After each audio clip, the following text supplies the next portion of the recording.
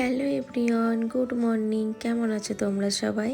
শিউলি lifestyle ব্লগের একটা নতুন ভিডিওতে তোমাদের সবাইকে জানাই অনেক স্বাগত। আশা করি আজকের ভিডিওটা তোমাদের অনেক ভালো লাগবে, আর ভালো লাগলে পাশে থেকো। আর এইদিকে দেখো মাম্মামকে রেডি হয়ে গেছে, উঠেছি অনেক সকালে। তোমাদের সঙ্গে ভিডিওটা শুরু করতে পারিনি, তার কারণ জানোই বাচ্চাদের রেডি করতে গিয়ে কতটা একটা ঝড় বয়ে যায় সকালবেলা, যার জন্য ভাবলাম যে এখন থেকে ভিডিওটা শুরু করি। এখন বাজে পৌনে 7টা, আর মাম্মামকে তো 7:30টার মধ্যেই স্কুল, ওকে যাই হোক 7টার মধ্যে বাড়ি থেকে বেরাতে হয়। তো এখন দেখো রেডি হয়ে গেছে, ওকে সুন্দর করে চুল বেঁধে তারপরে একটু সানস্ক্রিন দিয়ে দিলাম, তারপরে ওই যে ও চলে গেল। আর তারপরে কিন্তু আমি ফ্রেশ হয়ে গেলাম। আর সকালবেলা ঘুম থেকে উঠেই তো ঘরটা ঝাড় দেওয়া, শুধু একটা কাজ থাকে বলো হাউস ওয়াইফদের, ঘর ঝাড় দেওয়া, তারপরে মাম্মামের টিফিন গোছানো, মাম্মামকে খাওয়ানো, মাম্মামকে ড্রেস পরিয়ে রেডি করানো, হাজব্যান্ডকে চা দেওয়া, সমস্ত কিছু তো আছেই। তারপরে দেখো এদিকে কটা জামা কাপড় ছিল, কালকে শুকিয়ে গেছে তাই তুলে নিলাম। আর এদিকে গপু সোনাকে সেবা দিয়ে চলে আসলাম সোজা রান্নাঘরে, কারণ তোমরা জানোই কম বেশি আমার তো রান্নাঘর থেকে ভিডিওটা শুরু হয়। তো হাজব্যান্ড তো মাম্মামকে দিতে গেছে, আর সকালবেলা জানো তো এই ঠান্ডার মধ্যে বাচ্চাদের স্কুলে তো আবার স্কুটিতে করে নিয়ে গেছে, এত পরিমাণে ঠান্ডা। আমি তো ভালো করে টুপি দিয়ে ভালো করে সুন্দর করে মাথায় মুড়িয়ে দিই। তো মা আমাকে পরে বলে মাম্মাম সকালবেলা খুব ঠান্ডা লাগছিল, এরকম বলে। তো যাই হোক চলো সবজিগুলো এক এক করে কেটে নিই, কারণ আমার এই সবজি কাটতে অনেকটা সময় যায়। আর তারপরে না ওই সবজি সব গুছিয়ে রান্না করতে না ভালো লাগে জানো তো, ওই রান্না করছি কেটে নিচ্ছি, এটা কিন্তু একদমই আমি করতে পারি না। তো যাই হোক সমস্ত সবজি কেটে নিয়ে দেখো ধুয়ে নিচ্ছি। আজকে করব একটু ভেজ ডাল, কারণ কদিন ধরে না একভাবে মুসুরি ডাল খাওয়া হচ্ছে, একদম ভালো লাগছে না। তো মাঝে মধ্যে না ডালটা চেঞ্জ করাই ভালো, এক রকমের ডাল না খাওয়াই ভালো। তো এই জন্য ভাবলাম যে ভেজ ডাল করবো, আর এতে সবজি দিল মেয়েও খেয়ে নেবে।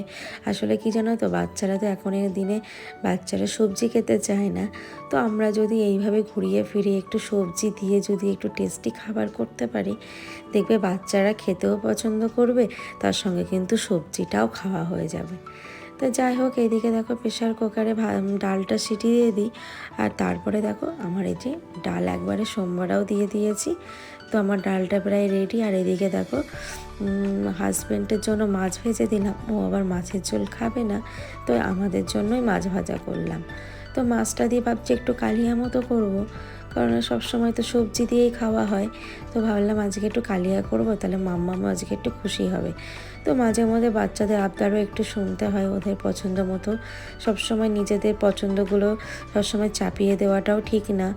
তো এদিকে আমার ডালটাও হয়ে গেছে, আর হাজব্যান্ড কিন্তু রেডি হয়ে গেছে, আর এখন আমি ওকে খাবারটা বেড়ে দেবো।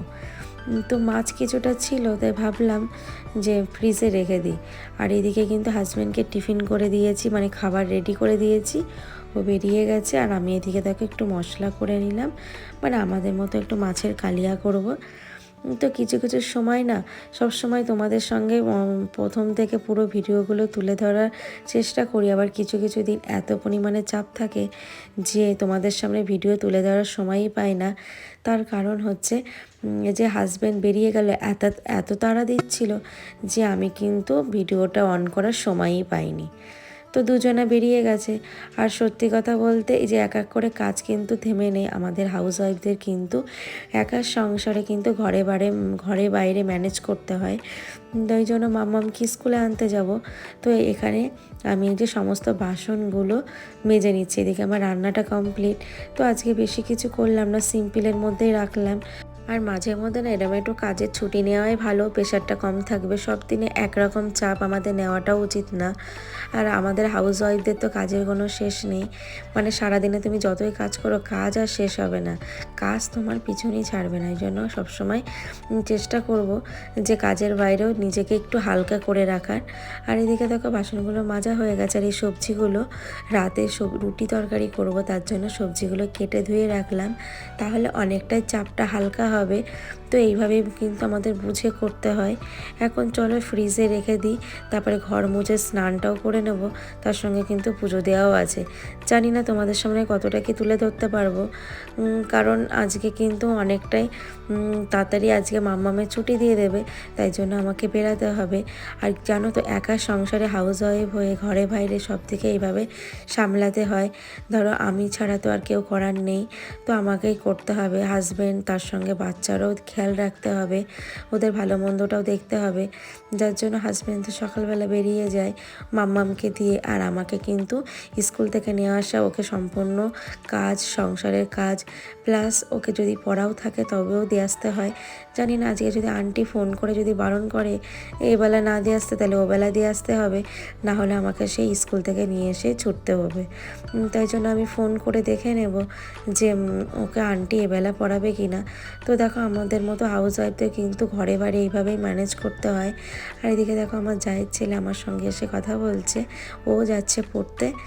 তো সবাই এখন বিজি, সবাই সবার ব্যস্ত। তো আমি এদিকে দেখো জলগুলো ভরে নিচ্ছি। আর বন্ধুরা, তোমরা আগের ভিডিওতে আমাকে অনেক অনেক ভালোবাসা দিয়েছো, এইভাবেই ভালোবেসে আমার পাশে থেকো। তো তোমাদের ভিডিওতে পরিবারে গিয়ে আমি কিন্তু প্রথম থেকে শেষ পর্যন্ত দেখি, তো আমার ভিডিওগুলো কিন্তু প্রথম থেকে শেষ পর্যন্ত দেখো। আর ভিডিওটা ভালো লাগলে কিন্তু অবশ্যই লাইক কমেন্ট করো। আর যারা আমার পরিবারে এসে গেছে নতুন বন্ধু, যারা এখনও সাবস্ক্রাইব করোনি, তারা প্লিজ আমার পরিবারে থেকে যেও, আশা করি তোমাদের অনেক ভালো লাগবে। আর এদিকে দেখো সংসারে সকাল থেকে এত কাজের চাপ ছিল, যার জন্য বিছানাটা গোছাতে পারিনি, মানে ঘরে আসার সময়ই পাইনি। তাই এখন দেখো ঘরে আসার সময় পেলাম, তো এখন বিছানাটা গুছিয়ে নিচ্ছি। আর এই যে আমার বিছানাটা গোছানো কমপ্লিট। আর সাদা বিছানা এত পরিমাণে মাম্মাম নোংরা করে দেয় যে আমাকে দুদিন অন্তর অন্তর কাচতে হয়। তারপরে মাঝে তোমাদের সঙ্গে আর ভিডিও করিনি, আমার কিন্তু স্নান করে পুজোটা দেওয়া হয়ে গেছে। এখন আমি রেডি হয়ে গেছি। তো কী বলো তো, আমি চেষ্টা করি মাম্মামকে আনার আগে সমস্ত কাজ করে নিতে, কারণ ও আসার পর ওর পেছনেও তো অনেকটা সময় দিতে হয়। কারণ সবসময় যদি সংসারের পেছনে সময় দিই, তাহলে বাচ্চার পেছনে তো সময় দেওয়ার টাইমই পাওয়া যাবে না, তাই না? তো ওরা যেহেতু এখন এই দিনে খেলার সঙ্গী পায় না, তো আমাকেই চেষ্টা করতে হয় মামামের সঙ্গে একটু সময় কাটানোর। যাই হোক, চলো রেডি হয়ে গেছি, মামামকে নিয়ে এসে আবার দেখা হচ্ছে। তো দেখো রাস্তা দিয়ে যাচ্ছে এই যে আমার মাম্মাম। তো ওকে দেখো সানগ্লাসটা নিয়ে গেছে, আমাকে বলেছে মাম্মাম তুমি আমার সানগ্লাসটা রোজ নিয়ে আসবে। তো গরমকালে তো রোজ নিয়ে যায়, শীতকালে আর মনে থাকে না।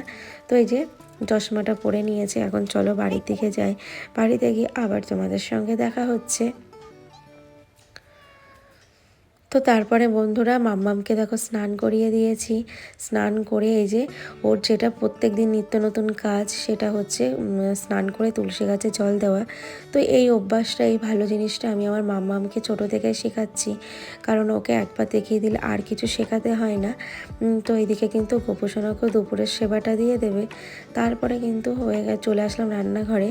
তো তোমাদেরকেও দেখিয়ে দিই আজকের মেনুটা কী ছিল। পেঁয়াজকালি আলু ভাজা, তার সঙ্গে মাছের কালিয়া আর ভেজটা। তো এই ছিল আজকের মেনু। তো মাম্মামকে এখন না খাইয়ে দেবো। আর এদিকে ওর কাকিয়া চিকেন দিয়েছে, তো এদিকে দেখো ওকে খাইয়ে দিয়েছি, ওকে শুয়ে পড়েছে। আর আমার দেখো কাজ থেমে নেই। তো সকালবেলা উঠেছি অনেক সকালে, তবুও কিন্তু আমার কাজ চলতেই আছে। তো আমি সারাদিনে আমাদের মতো হাউস ওয়াইফদের, মানে ঘরের বউদের কখনো বিশ্রাম নেই। তোমাকে ঘরে বাইরে যেখানেই হোক না কেন, সংসারের কাজ কিন্তু কখনোই থেমে থাকবে না। যদি না তুমি কাজগুলো না থামিয়ে রাখো, তোমার কিন্তু কাজ সকাল থেকে রাত পর্যন্ত চলতেই থাকবে, যতক্ষণ তুমি না বিছনায় গিয়ে একটু রেস্ট পাও।